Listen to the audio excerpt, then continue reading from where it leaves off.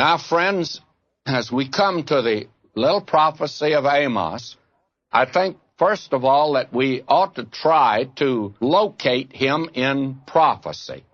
We are going to find that he was born down in Judah, the southern kingdom, but he was the prophet in the northern kingdom. His message was delivered in Samaria at the king's chapel, as we shall see, and it's a most unusual message for a man to have come from such a country, out-of-the-way place, and he has a message of judgment against all the surrounding nations.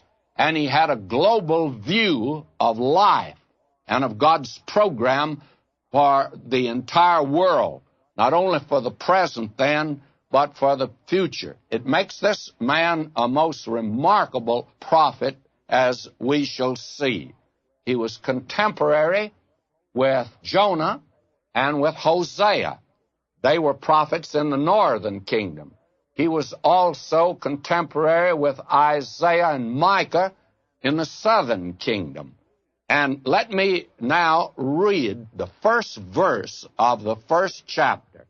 The words of Amos, who was among the herdsmen of Tekoa, which he saw concerning Israel in the days of Uzziah, king of Judah, and in the days of Jeroboam, the son of Joash. Now, this is the one that's labeled Jeroboam the second, by the way, king of Israel, 2 years before the earthquake. Now, I want to approach this prophet a little bit different than we've approached any other prophet before. I want us to get acquainted with him personally, because to get acquainted with this man, to me, is to love him and to understand his prophecy better.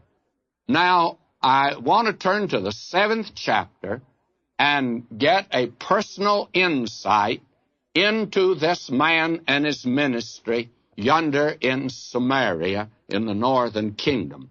I'm turning to chapter 7, verse 10. Then Amaziah, the priest of Bethel, said to Jeroboam, king of Israel, saying, Amos hath conspired against thee in the midst of the house of Israel. The land is not able to bear all his words. For thus Amos saith, Jeroboam shall die by the sword, and Israel shall surely be led away captive out of their own land. Also Amaziah said unto Amos, O thou seer, go, flee away into the land of Judah, and there eat bread, and prophesy there. But prophesy not again any more at Bethel, for it is the king's sanctuary, and it is the king's court.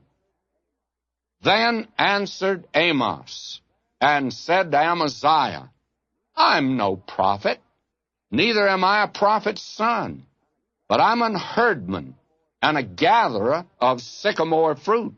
And the Lord took me as I followed the flock, and the Lord said unto me, Go, prophesy unto my people Israel. And then you have the message. But this now brings the man before us.